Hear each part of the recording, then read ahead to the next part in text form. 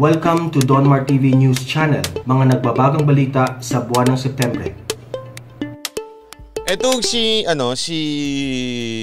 Leni Robredo, ang trabaho ho talaga nito ay hindi ho siya Vice President. Baka akala nyo, baka nagkakamali ho kayo ng intindi. Si Leni Robredo ho ay reporter. Bakit? Lahat ho ng balita kailangan niyang kukomentuhan. Feeling ko, editor to eh. Oo, ano ito, yung sumusulat-sulat sa dyaryo kasi lahat may comment siya. Yung mga kasama niya sa opisina, nakaabang sa mga issue, kailangan niyang sakyan lahat ng issue. Kahit ang trabaho lang naman niya ay tumambay dyan sa opisina, ito na ho ang pinakamaingay, pinaka-negative na Vice President ng Pilipinas. Kaya pag tumakbo ito, sabi ko sa inyo, pag ito tumakbo ng presidente, araw-arawin talaga natin to. Ilalabas natin, iniipon ko na lahat ng baho nito eh. Kasi wala akong ginawa ito kung hindi maging negative. Talagang may comment. Alam mo yun? May problema dito. Kailangan magkomento. Siya ho number 1. Pero gayon pa man, nagpapasalamat to ako dito kay Nega Vice President Robredo. Kung hindi ho sa kanya, wala ho tayong trabaho. Wala akong babanatan. Kasi sumuko na yung iba eh. Sino na lang ba daldal ng daldal dyan? O yung mga terorista. Ay, dako. Yung mga teroristang aktivista. Ay, panahon pa lang nung kopong-kopong, nandiyan na yun, nagdadaldal na yan eh. Panahon pa lang ni Marcos, wala nang ginawa yan kung hindi bumatikos eh.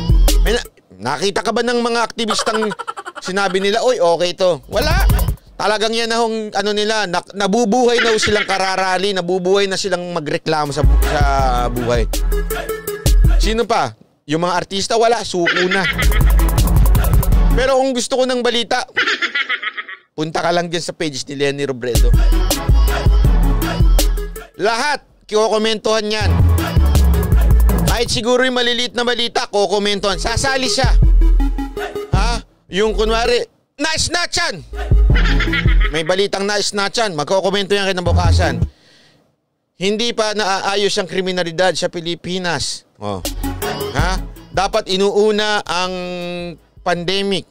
Kaya nagugutom ang tao at nagiging kriminal sila. Lahat yan, iko-connect niya. Basta merong may makita sa news, iko-connect niya lahat yan kay Duterte. Kokomento niya. Ganyan ang ugali niya.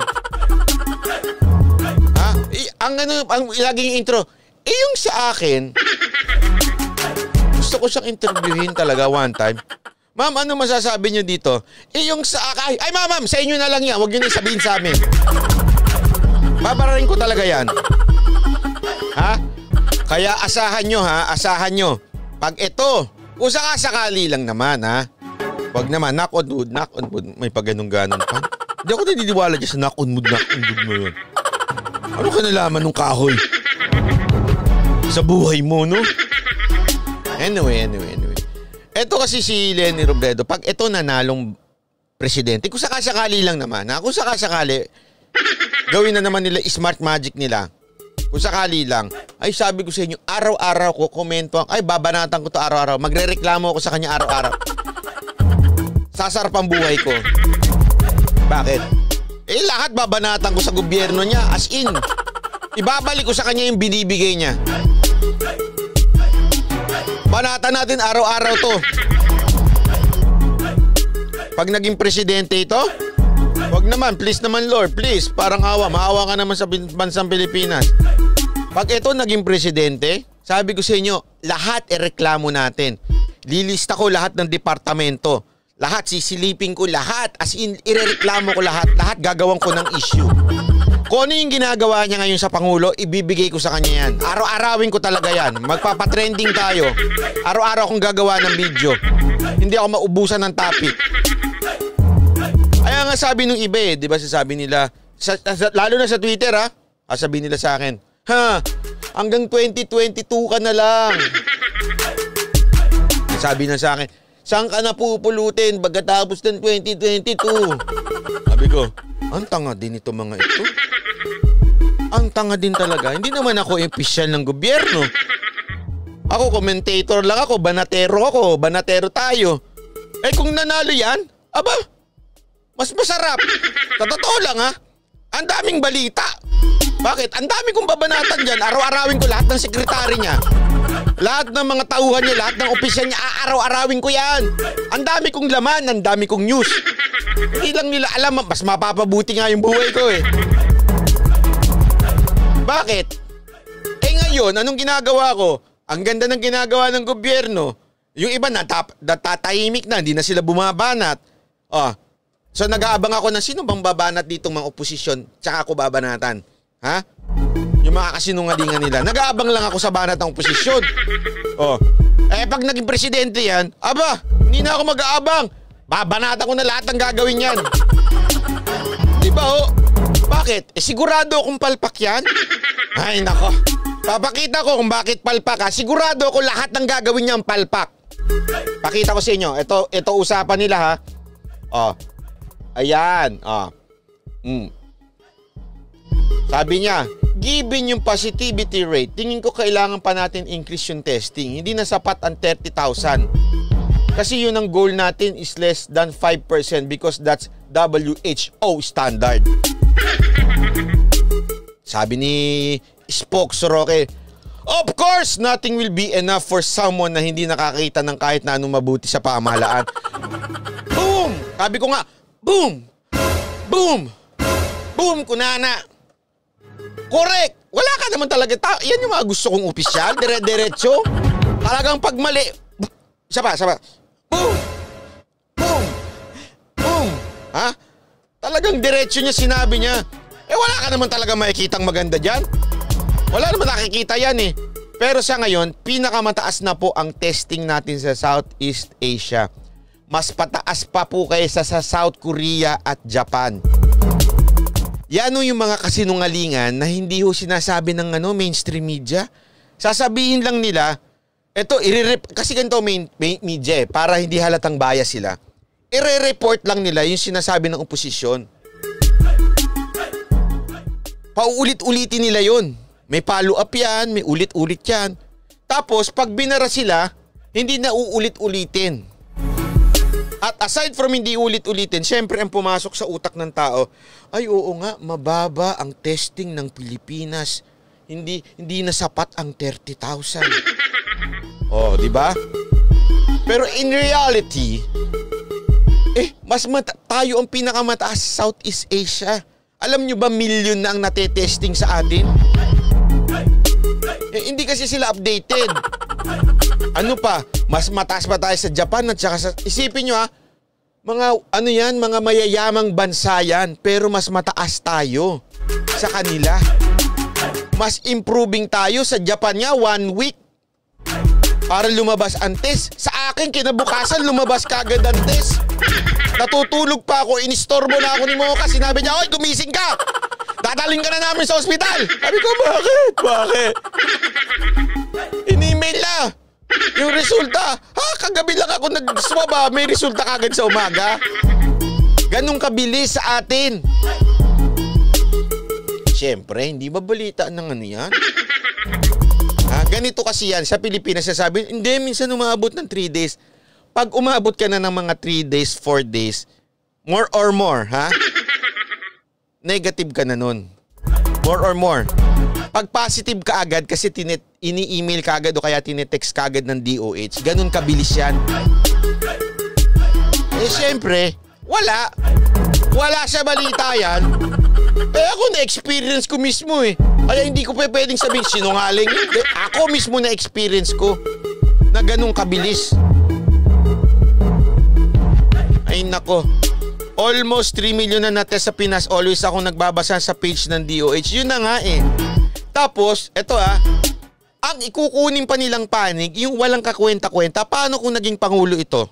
Tingnan mo, mali-mali ang numero. Mali na nga ang computation noon, mali na naman ang ilalabas ngayon. So, napaka-fake news. Eto alam mo ng fake news, hindi 300,000 kasi sigurado itong mga media, alam naman nila na kung ilan talaga bilang Pero bakit? Bakit pa nila i-report? Sablay talaga, oo. Ito pa, Bakit sablay to si Lenny pag naging presidente ito? Hindi na nga marunong magbilang? Ito pa. Papakita ko pa sa inyo, ha? Ayan. Sabi niya, yung problema natin is so much bigger than Secretary Duque. Para sa akin, yung problema talaga yung national government na parang walang sistema. Ako, in fairness to the agencies, ang daming ginagawa. Yung mga agencies have been laboring for more than 6 months already. Local government units, ganun din. So sinasabi niya, hindi lang si Duque yung problema, pero yung national government. O hindi si Duque yung problema, may bigger problem daw. Yung national government, yung LGU ginagawa daw nila, trabaho nila. You're wrong, madam. I will tell you, based on my experience. Sabi ni nga ni Sec Harry Roque, she's entitled to her own opinion. Of course, as the leader of the opposition, we don't expect anything positive about this administration from her. We accepted that. I think the people have accepted that.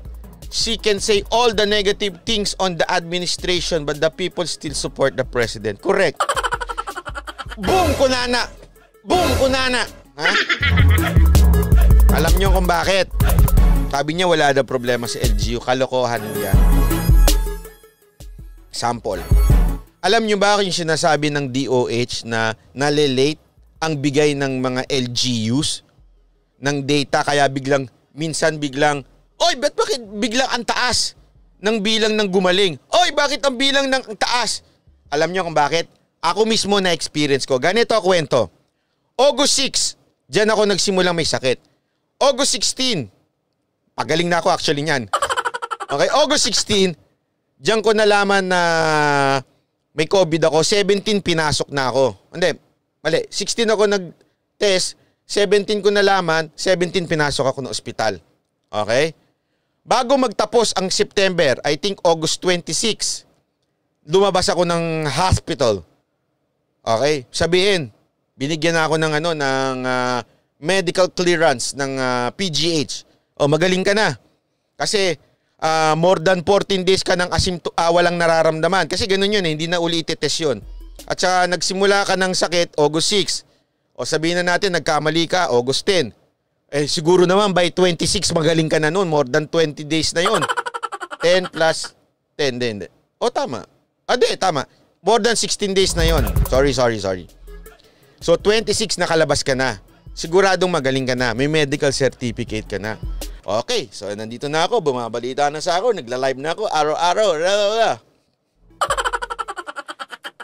Kung hindi ako magkakamali, 2 days ago o 3 days ago tumawag sa akin. Isang doktor galit na galit.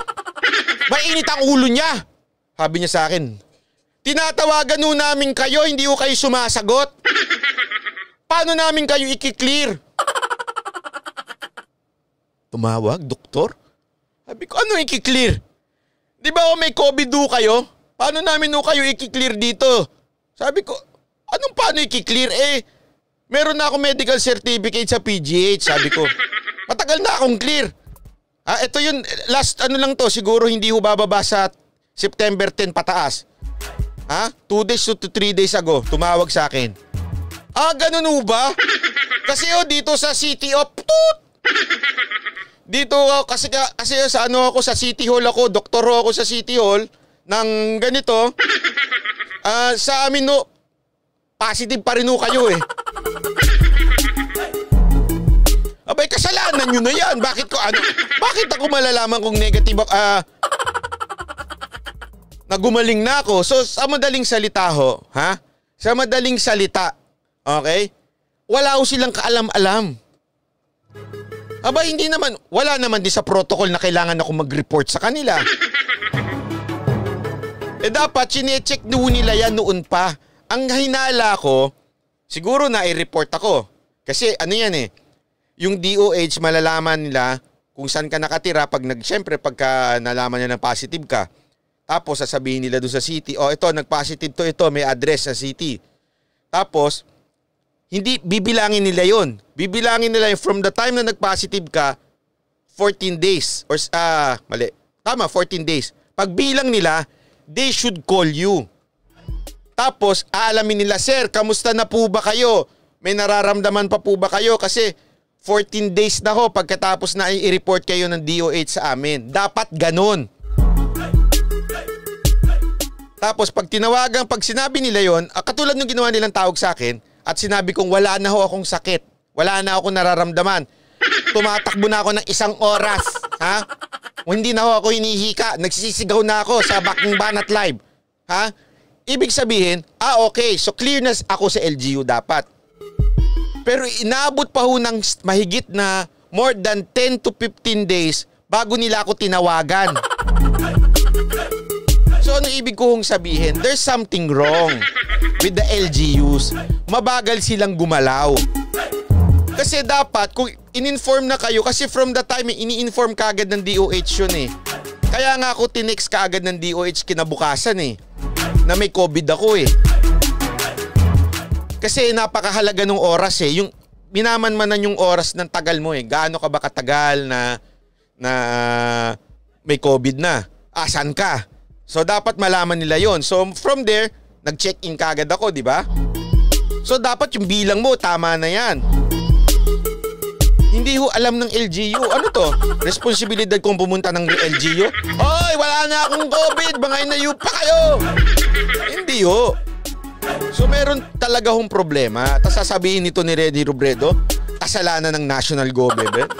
Ako galit ako kay Duque sa DOH ha, pero kahit papaano, na-experience ko mismo na mabilis. Mabilis ang galaw, mabilis ang text sa akin. May medical certificate na kagad ako. Alam niyo yung PGH ito ha. Maayos. Pero ang problema talaga, yung coordination ng LGU, to sasabihin naman nito, hindi, ang problema national government. Tungaw talaga oh. Wala ho talagang wala sa hulog ito.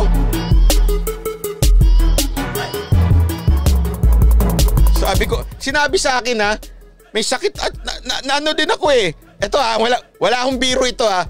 Nung tinawagan ako, napaisip ako na kasi kagigising ko lang eh. Tinawagan ako umaamaga. Actually, nandun pa ako sa kubeta nun. Alam niyo na ginagawa. So wala ka pa sa ulirat nun, di ba? Tapos tinawagan ako, sabi, may sakit.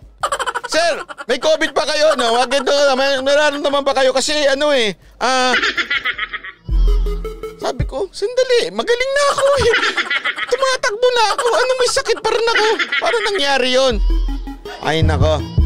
Kaya dito mo malalaman na itong tao na ito, si Leni Robredo ay may saltik. Walang ginawa kung hindi pumuna. At ito ang problema ko sa kanya. Pumupuna lang siya ngayon dahil oposisyon siya. Hindi dahil talagang mahal niya yung bayan, pupuna siya, hindi. Bakit? Kung talagang pupuna ka, di sana punahin mo din yung dati.